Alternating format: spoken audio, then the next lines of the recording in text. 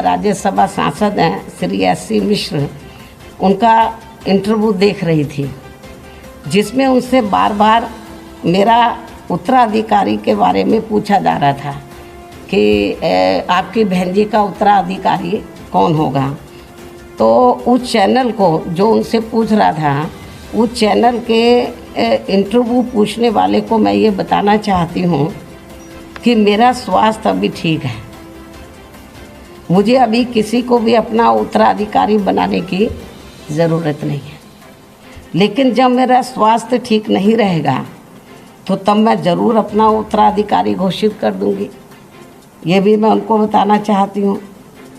और जब उत्तराधिकारी, जब मेरा स्वास्थ्य ठीक नहीं रहेगा या मैं इस लायक नहीं रहूँगी कि मैं पार्टी को चला पाऊँ, और जब मैं अपना उत्तराधिकारी घोषित करूँगी तो उस चैनल को भी बता दिया जाएगा, पूरे देश को बता दिया जाएगा।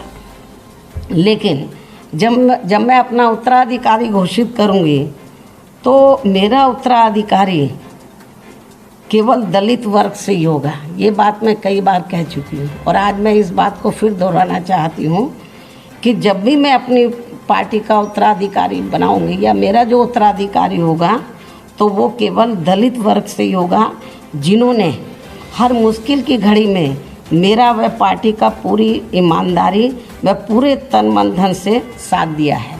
पार्टी में बड़े उतार चढ़ाव आए, लेकिन जो दलित वर्ग के लोग हैं वो टस से मस नहीं हुए।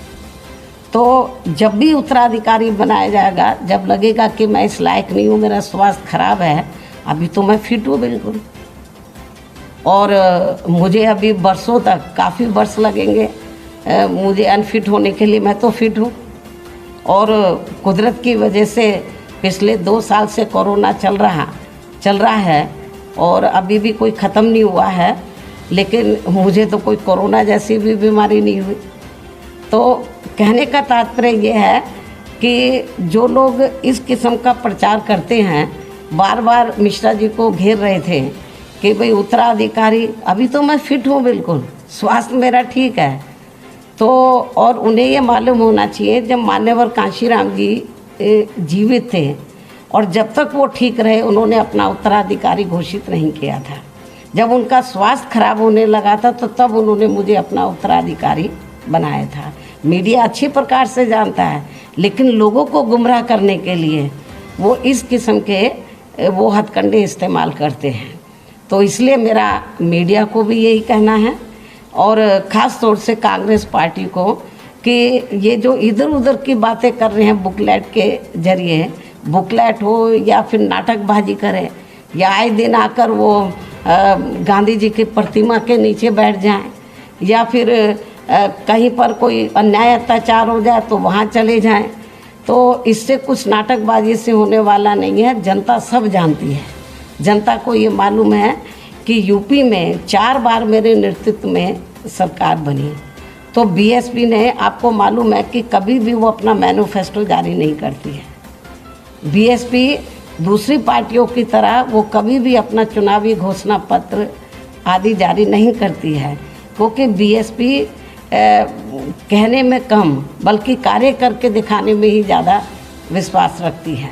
तो इसलिए जब मुझे 4 बार यूपी में गवर्नमेंट बनाने का मौका मिला तो मैंने वो ऐतिहासिक कार्य किए सर्व समाज के लिए, चाहे सभी धर्मों और सभी वर्गों के लिए, किसान, मजदूर, व्यापारी, कर्मचारी, बुजुर्ग, महिलाएं, युवा, सभी के लिए मेरी सरकार ने वो ऐतिहासिक कार्य किए कि जो पूर्व में किसी भी पार्टी की सरकार ने नहीं किए।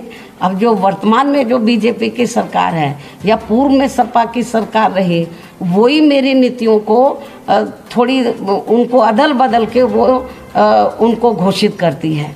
लेकिन घोषणा करने से काम नहीं चलेगा, वो तो इम्प्लीमेंट करने से चलेगा। चाहे वो मेरी कितनी भी नकल करने, नकल का तभी फ़ायदा होगा जब वो ज़मीनी तौर पर उसको इम्प्लीमेंट किया जाए।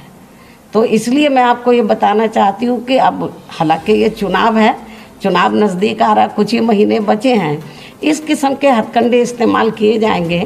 तो इसलिए मुझे बीच बीच में मीडिया के बीच में जाकर हमारे लोग गुमराह ना हो, तो मुझे ये बातें कहने के लिए मजबूर होना पड़ता है। तो ये कुछ ज़रूरी बातें मैंने आप लोगों के सामने रख